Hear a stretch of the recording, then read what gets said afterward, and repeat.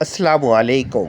अच्छा, बाड़े में जाके जहाँ पे उमर को खुशी महसूस हुई, वहीं उसे एक हैरत भी हुई कि उसको पास ही उसने देखा कि खेत भी हैं। अच्छा, खेत से मुराद ये नहीं कि वहाँ पे कोई सब्ज़ी वगैरह लगी हुई हो, बल्कि उन्होंने चारा उगाया हुआ था।